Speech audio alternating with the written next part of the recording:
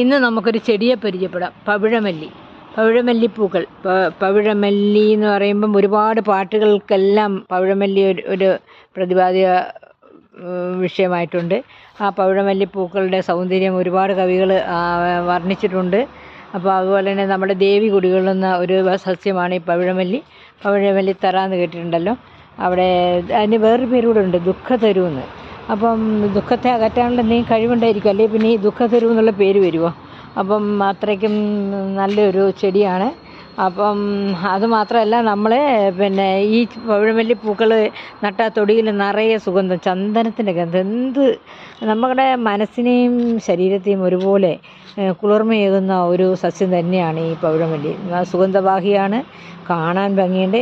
ഇപ്പം വൈകുന്നേരമാണ് പൂക്കൾ നിറയെ ഉണ്ടാകുന്നതെങ്കിലും നേരം വെളുക്കുമ്പോഴത്തേന് ഇവയെല്ലാം വാടി താഴെ വീഴും. ആ പൊഴിഞ്ഞു കിടക്കുന്ന പൂക്കൾ കാണാൻ തന്നെ നല്ല ഇമ്പമാണ്. രാവിലെ അത് നല്ലൊരു വൈബാണ് കാണാൻ.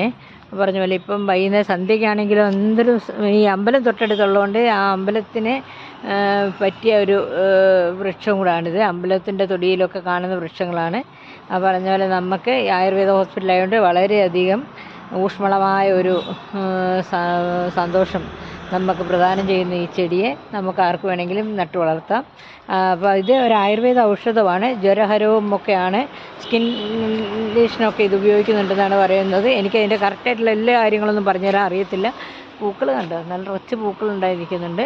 രാവിലെ വരുമ്പം ഈ പൂക്കളുള്ളതുകൊണ്ട് നമുക്കിപ്പോൾ അത്തപ്പൂക്കളമൊക്കെ ഇടുന്ന സമയത്തുണ്ടല്ലോ നിറയെ പൂക്കൾ കിട്ടും ഇതിൻ്റെ. അപ്പോൾ ഞങ്ങളുടെ അത്തപ്പൂക്കളത്തിൽ ഒരു ലെയർ ഈ പവിഴമല്ലിപ്പൂക്കൾ തന്നെയായിരിക്കും. വെള്ളയും ഓറഞ്ചും കളർന്ന ഈ കളറ് ഈ ചെടിയെ ഒരുപാട് സുന്ദരമാക്കുന്നുണ്ട്. ഈ ചെടിയിലെ പൂക്കൾ നിറഞ്ഞു നിൽക്കുന്നത്, അതുപോലെ പൊഴിഞ്ഞു വീണ് കിടക്കുമ്പോഴും, അതുപോലെ ഇത് കോർത്ത് മാല അമ്പലങ്ങളിലൊക്കെ നമുക്ക് കൊടുക്കാം. പറഞ്ഞൊരു പൂജാപുഷ്പമാണ്, വളരെ സുന്ദരമാണ്. നിങ്ങളുടെ വീട്ടിൽ നിങ്ങളൊന്ന് നടണം. Okay, thank you. ഔഷധ സസ്യമാണ്, സുഗന്ധവാഹിയായ പുഷ്പങ്ങളുണ്ടാകുന്നതാണ്, ഒരു പോസിറ്റീവ് എനർജി പ്രദാനം ചെയ്യുന്നൊരു ചെടിയാണ്. എന്താ ഒന്ന് നടുകയല്ലേ? ഓക്കെ.